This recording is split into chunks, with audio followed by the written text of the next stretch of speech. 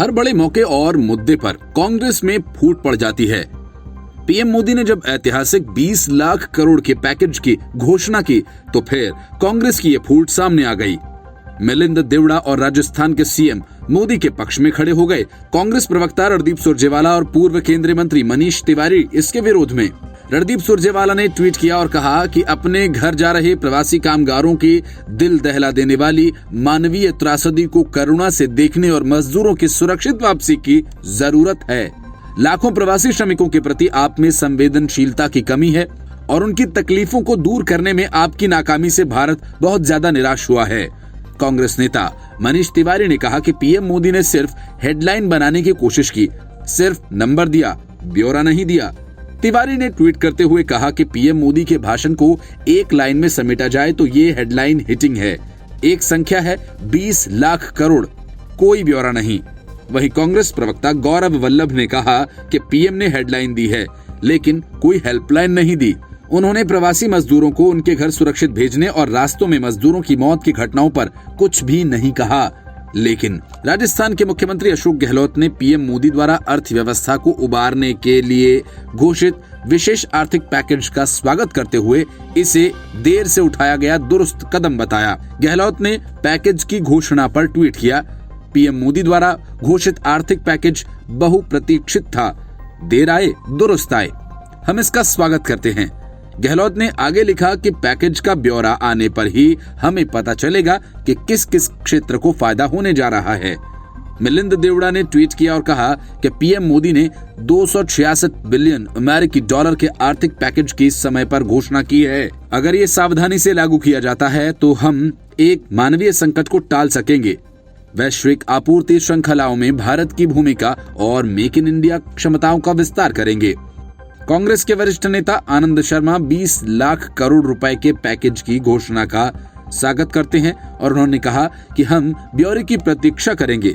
इससे अर्थव्यवस्था को पटरी पर लाने और कर्मचारियों के वेतन देने की तत्काल जरूरत को लेकर सूक्ष्म, लघु एवं मध्यम उपक्रमों में विश्वास पैदा करने में मदद मिलेगी। गौरतलब है कि पीएम मोदी ने कोरोना वायरस महामारी और लॉकडाउन से प्रभावित अर्थव्यवस्था को उबारने और किसानों, श्रमिकों, मध्यम वर्ग के लोगों समेत समाज के सभी प्रभावित वर्गों और क्षेत्रों को राहत देने के लिए 20 लाख करोड़ रुपए के विशेष आर्थिक पैकेज की घोषणा की है। कोरोना संकट के इस दौर में पीएम मोदी ने न सिर्फ देश को फिर से आबाद करने के लिए 20 लाख करोड़ के आर्थिक पैकेज की घोषणा की, बल्कि एक तरह से चीन की बर्बादी के रास्ते भी खोल दिए। कोरोना की वजह से दुनिया भर में फैली चीन के प्रति नाराजगी को भुनाने की पूरी तैयारी की रूपरेखा पीएम मोदी के इस आर्थिक पैकेज में शामिल है। साथ ही चीन को गहरी चोट पहुंचाने के लिए पीएम मोदी ने आत्मनिर्भर भारत का मंत्र भी दे दिया। उन्होंने कोरोना वायरस की वजह से बनी विश्व की मौजूदा स्थिति का जिक्र करते हुए कहा कि भारत को लोकल के लिए वोकल बनना होगा। पीएम की इस अपील से विदेशी ब्रांड्स, खासकर चीन के सामने बड़ी चुनौती खड़ी हो सकती है। प्रधानमंत्री ने राष्ट्र के नाम संबोधन में कहा कि संकट के इस समय में इसी लोकल ने हमारी मांग पूरी की और इसी लोकल ने हमें बचाया। लोकल बस जरूरत नहीं है बल्कि हमारी जिम्मेदारी भी है। इसलिए लोकल के साथ हमें अर्थव्यवस्था को आगे बढ़ाना होगा। सिर्फ रफ्तार नहीं बढ़ानी है बल्कि क्वांटम जंप भी लगाना है। पीएम मोदी की इस अपील का मतलब यह है कि भारत अब दूसरे देशों पर अपनी निर्भरता को कुछ कम करेगा और इसे खास तौर पर चीन के संदर्भ में देखा जा रहा है। पीएम मोदी के संबोधन से साफ है कि अब सरकार स्थानीय स्तर पर लोगों को स्वरोजगार के लिए मौके देने जा रही है। उस क्षेत्र में निर्मित सामानों के इस्तेमाल पर भी जोर दिया जा रहा है ताकि चीन पर हमारी निर्भरता को पहले के मुकाबले कम किया जा सके। पीएम मोदी ने पीपीई किट से इसका उदाहरण भी दिया। लोकल पर जोर देते हुए पीएम ने कहा कि भारत दुनिया के लिए एक बाजार के साथ साथ बड़ी डिमांड का क्षेत्र भी है। हमें इसका सही इस्तेमाल करने की जरूरत है। कोरोना संकट फैलाने के बाद चीन लगातार ऐसी हिमाकत कर रहा है जिससे एशियाई देशों और अंतर्राष्ट्रीय स्तर पर चिंता बढ़ गई है। सबसे ज्यादा परेशानी Bharat, Bangladesh, Myanmar, Taiwan, Japan और दक्षिण कोरिया जैसे पड़ोसी देशों को हो रही है। ऐसे में भारत समेत बाकी देश भी एकजुट हो रहे हैं। पीएम ने कहा कि जब मैंने आपसे खादी खरीदने का अनुरोध किया तो आपने मेरा साथ दिया। खादी और हैंडलूम की मांग और बिक्री कुछ ही समय में रिकॉर्ड स्तर पर पहुंच गई। आपने उसे एक बड़ा ब्रांड बना दिया। बस छोटी सी कोशिश थी और परिणाम अच्छा रहा। आगे भी हम ऐसा करेंगे, इसकी उम्मीद करता हूं। वक्त ज्यादा नहीं हुआ जब मार्च महीने में ममता बनर्जी ने कहा था कि दिल्ली हिंसा से ध्यान भटकाने के लिए केंद्र सरकार कोरोना का हवा खड़ा कर रही है। तब से लेकर आज तक ममता बनर्जी कोरोना को लेकर बेहद असंवेदनशील ही रही और इसे अपनी राजनीति का औजार बनाने की कोशिश करती रही। प्रधानमंत्री नरेंद्र मोदी ने देश में कोरोना को लेकर सभी मुख्यमंत्रियों के साथ 6 घंटे की मैराथन मीटिंग में गंभीर मंत्रणा की, लेकिन इस बैठक में पश्चिम बंगाल की मुख्यमंत्री ममता बनर्जी ने केंद्र सरकार को ही घेरने की कोशिश की और केंद्र सरकार पर मनगढ़ंत आरोपों की बौछार कर दी। प्रधानमंत्री मोदी से मीटिंग के दौरान बंगाल की मुख्यमंत्री ममता बनर्जी ने केंद्र सरकार पर भेदभाव का आरोप लगाते हुए कहा कि इस मुश्किल घड़ी में किसी भी दल को राजनीति नहीं करनी चाहिए। उन्होंने केंद्र से संघीय ढांचा बरकरार रखने की अपील की, लेकिन ऐसा कहकर उन्होंने उल्टा चोर कोतवाल को डांटे वाली कहावत को चरितार्थ कर दिया। दरअसल ये मौका ममता बनर्जी सरकार को अपनी गिरेबान में झांकने का है।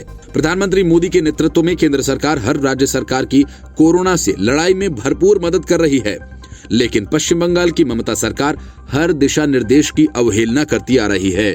ममता बनर्जी ने केंद्र को संघीय ढांचा बनाए रखने की भी नसीहत दी थी, लेकिन ये सब जानते हैं कि एक सूबे की सीएम के रूप में उन्होंने कभी संघीय ढांचे का सम्मान नहीं किया। मुख्यमंत्री ममता बनर्जी ने 12 मई को राज्य के स्वास्थ्य सचिव विवेक कुमार को हटा दिया। कोरोना मरीजों के आंकड़ों को लेकर लगातार ममता सरकार पर सवाल उठाए जाते रहे थे, लेकिन ममता बनर्जी और उनके अधिकारी लगातार आंकड़ों को लेकर खेल करने में जुटे थे। आखिर उन्होंने अपने स्वास्थ्य सचिव को हटाकर अब नारायण स्वरूप निगम को नया स्वास्थ्य सचिव बनाया है। ममता बनर्जी की इस कार्रवाई से साफ है कि वे बेवजह केंद्र सरकार पर निशाना साध रही थीं, जबकि खामी उनकी अपनी सरकार में है, उनके प्रशासन और उनके अफसरों में थी। बताया जा रहा है कि राज्य में हालात इस कदर बेकाबू हो चले हैं कि राज्य में अस्पतालों के डॉक्टर्स पीपीई किट्स के लिए चिल्ला रहे हैं। प्रवासी मजदूरों को राज्य छोड़ने नहीं दिया जा रहा और बंगाली लोग घर वापस नहीं आ पा रहे। अस्पतालों में लोगों को भर्ती नहीं किया जा रहा और पुलिस पर हमले हो रहे हैं। यानी हर तरफ अफरा तफरी का माहौल है। महामारी फैलती जा रही है, लेकिन टेस्ट की संख्या बढ़ाई नहीं जा रही। केंद्र सरकार पर आरोप लगाने वाली ममता बनर्जी ने खुद अपनी करतूतों से पश्चिम बंगाल को बर्बाद कर दिया। एक मुख्यमंत्री का अहंकार किस प्रकार एक राज्य को तबाह कर सकता है, राज्य के लोगों की जान आफत में डाल सकता है, इसका जीता जागता उदाहरण है पश्चिम बंगाल। कोरोना महामारी के दौरान पश्चिम बंगाल के लोगों को अपनी अहंकारी मुख्यमंत्री ममता बनर्जी की हठधर्मिता का दंश झेलना पड़ रहा है। ममता बनर्जी के अड़ियल रवैये के चलते आज पश्चिम बंगाल के लोगों की जान पर बनाई है। एक तरफ प्रधानमंत्री नरेंद्र मोदी हर राज्य को कोरोना से लड़ाई में हर संभव मदद कर रहे हैं। पीएम मोदी के निर्देश पर केंद्र की टीमें राज्य सरकारों को कोरोना से जंग में सहायता कर रही हैं, लेकिन ममता बनर्जी ने खुद को सर्वशक्तिमान साबित करने के लिए हर मदद को या तो ठुकरा दिया या फिर केंद्र के हर दिशा निर्देशों में अड़ंगा लगाया। सीएम ममता बनर्जी के इसी रवैये ने पश्चिम बंगाल और खासकर कोलकाता को कोरोना का हॉटस्पॉट बना दिया है। आत्मनिर्भर भारत अभियान और इसके लिए 20 लाख करोड़ रुपए के आर्थिक पैकेज के ऐलान पर सियासी घमासान मचा हुआ है। पीएम की घोषणाओं से कुछ लोग गदगद हैं तो कुछ लोगों को लग रहा है कि इसमें कुछ खास नहीं है। इससे खास तौर से कांग्रेस को ज्यादा मिर्ची लगी हुई है। कांग्रेस के नेता शशि थरूर तो एकदम आगे बढ़कर यहां तक कह रहे हैं कि आत्मनिर्भर भारत कुछ और नहीं, मेक इन इंडिया ही है, जिसकी रीपैकेजिंग कर नया नाम दे दिया गया है। थरूर के इस बयान पर मशहूर एक्टर अनुपम खेर ने कड़ी टिप्पणी कर दी। शशि थरूर ने आत्मनिर्भर भारत अभियान को मेक इन इंडिया अभियान बताते हुए इशारों इशारों में सपनों का सौदागर बता दिया। उन्होंने शायराना अंदाज में पीएम मोदी की आलोचना करते हुए ट्वीट किया और कहा कि नए नाम से वही पुराना शेर बेच गए, सपनों के वो फिर से ढेरों ढेर बेच गए। थरूर ने आखिर में पूछा कि मेक इन इंडिया अब आत्मनिर्भर भारत हो चुका है, कुछ और भी नया था क्या? अनुपम खेर ने थरूर के इस ट्वीट को रीट्वीट करते हुए उन्हीं की तरह बेहद शायराना अंदाज में खरी खोटी सुना दी। खेर ने लिखा कि कोहनी पर टिके हुए लोग, टुकड़ों पर बिके हुए लोग, कहते हैं बरगद की बातें, ये गमले में उगे हुए लोग। ट्वीट के आखिर में खेर ने स्माइली बनाकर माहौल को थोड़ा हल्का करने की भी कोशिश की।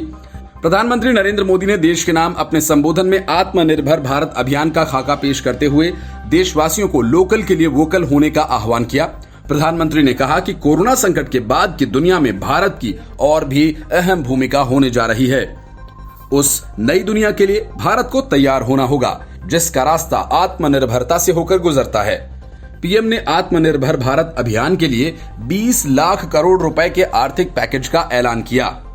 इसी कड़ी में वित्त मंत्री निर्मला सीतारमण ने आज सूक्ष्म, लघु एवं मध्यम उद्योगों की मजबूती के लिए 6 कदमों की घोषणा की है। Bureau report, news of India.